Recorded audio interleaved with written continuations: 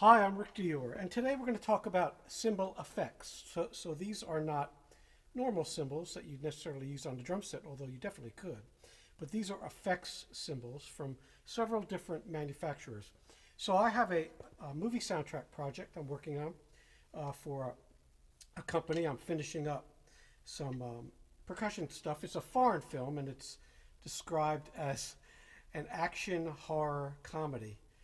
So that about covers everything. But it does have a lot of sort of scary effects. I've already put some waterphone on there and a lot of metal instruments. The last step is putting some of these cymbal effects on there. So I set up this big rig today, and while I had it set up, I thought I'd share some of these things with you because they're pretty neat. So there's a company, it's Gabriel Martinez, and it's GM Designs. I think they're on Reverb or online, but they have a great website, and I'll put that in the description to this video. But about half of these things are from his company. He makes some really interesting things, so I'll share those with you today, along with some things I've already shown you in my cymbal effects and metal effects videos several years back. They're mixed in here too.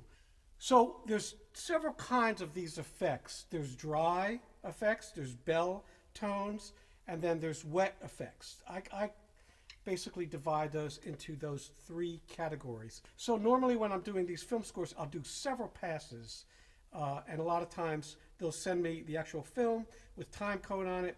I can actually watch it and put headphones on and listen with a click track to what's going on. Then I could just overdub, and they could pick and edit what they want out of maybe 10 to 20 takes of these things.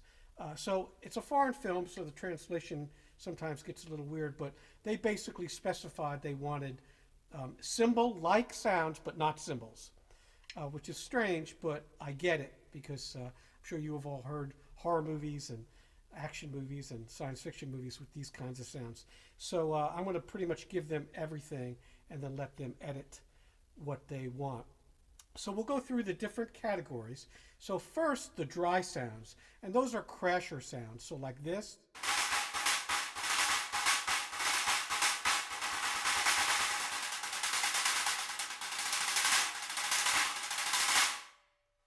So that's a stack, and most of you have heard these kinds of things on drum set. This happens to be a really dry one, and this is a GM Designs product.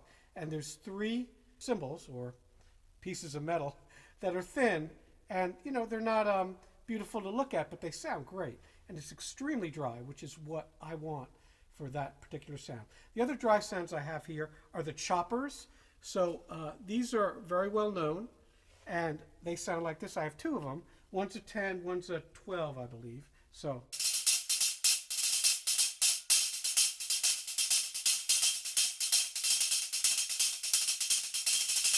that's the 10, here's the 12.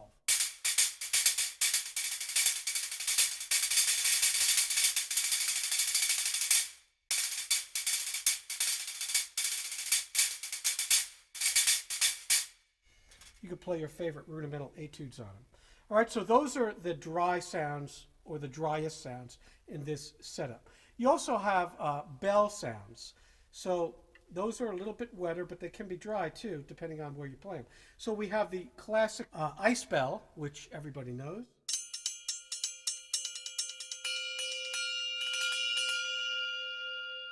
And this thing will ring forever, okay?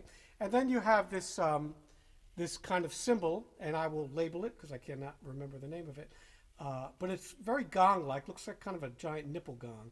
And this again is GM Designs.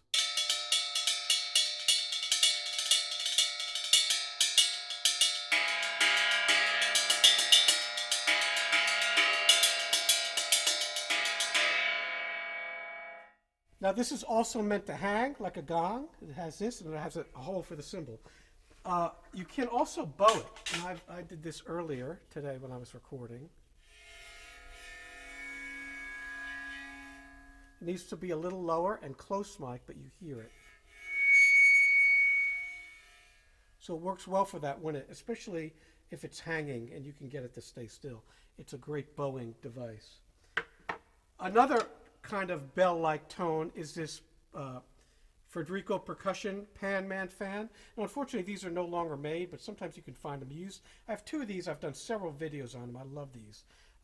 Jeff Watts, who I did some recording with, Tane, introduced me to these. He always had a few of them on his kit, normally one right in front of him. So.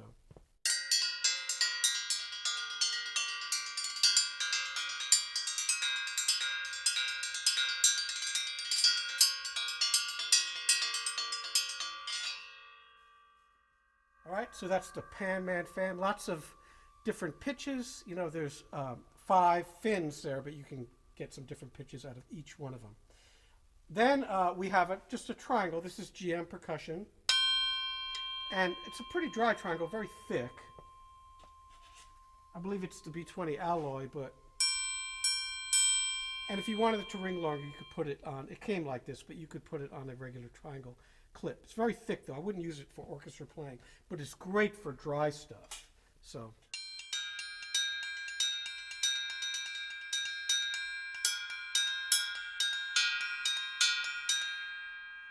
For light stuff, it's fine. All right?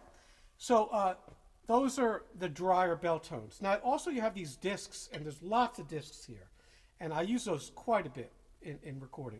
So first you have the Paiste accent cymbal, very famous. These are from, I think, the 70s. I've had these a long time. I have a whole set of these. I'm just using 2 of them here. The really small one and the largest one. So they're kind of thick, not splash cymbals at all, but kind of bell tone like. All right, and then we have these GM Designs discs here. 3 of these. These are really nice.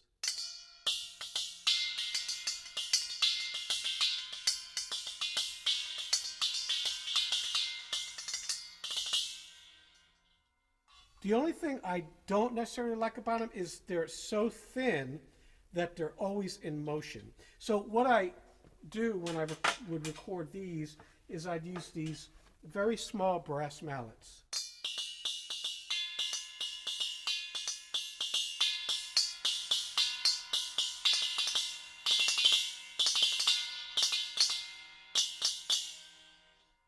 But you see now how they're in motion like that, so you got to kind of catch them. So they're not meant for fast playing, but I would use a hard mallet, maybe a triangle beater on there.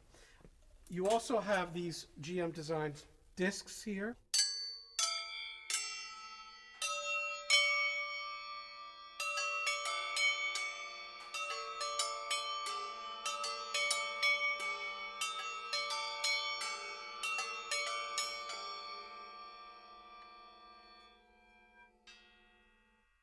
I really like these right here. There's 2 of them. They're very heavy. Okay, and these are a little bit lighter and much more raw. So they're very nice. These are some of my favorite things that he sent me. Then you have these Sabian Vault Radia discs, which are great.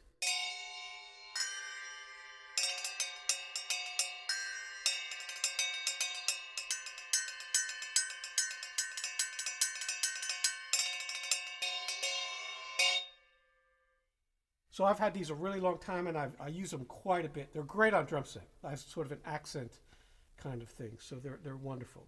So these are like more of the bell tone kinds of dry-ish sounds. All right. Gabrielle also sent me this kind of half cymbal that sits on a snare drum. I'll demonstrate that in a later video. And it's on a strap, but you can definitely mount it on a cymbal stand and put it on a 14-inch drum to play some shots on. Sounds good like that. All right. He also sent me this little crotale disc, which sounds just like a crotale, basically. A little more bell-like, a little more than a crotale, but it's very similar. You always want to try different mallets, like I just said before.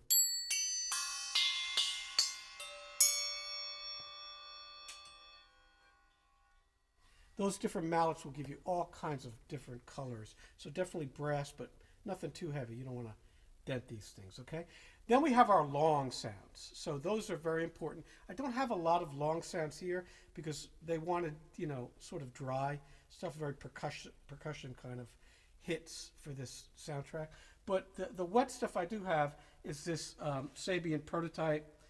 These are, or were, called Under Construction. I'm not sure if they're still making them. So that's obviously a very long sound. And then we have this old Wuhan effects cymbal, which is great for shots. All right, I found that in some store for like $5. So I can use it quite a bit actually for those kinds of things. I think that covers all the different sounds. Oh, we also have this Wuhan little mounted cymbal here, which is also kind of bell-like. I forgot that before. All right, the Sabian Under Construction. This just caught my eye. I do have a smaller one, and I don't think I can do this. Oh, I can actually. These things are great, and I do have another video where I show these and some other ribbon crashers that I made. Finally, Gabrielle sent me some really nice finger cymbals. These are thicker than normal finger cymbals.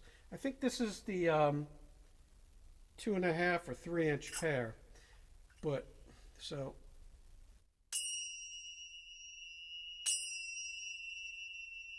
they're really nice. They're kind of like Zill in a way, so. And they sound really good with a brass mallet. So if you want a pure tone out of finger cymbals, you can always hit them with a triangle beater or a brass mallet. Get a little vibrato there. And then the other set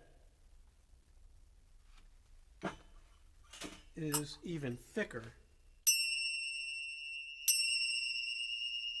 Really like these a lot. I could definitely see myself using these with the orchestra.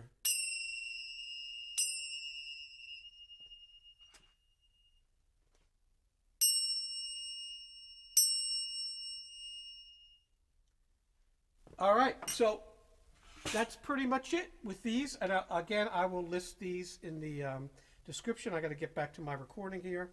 I'll play a little for you. Have some fun, and we'll see you soon.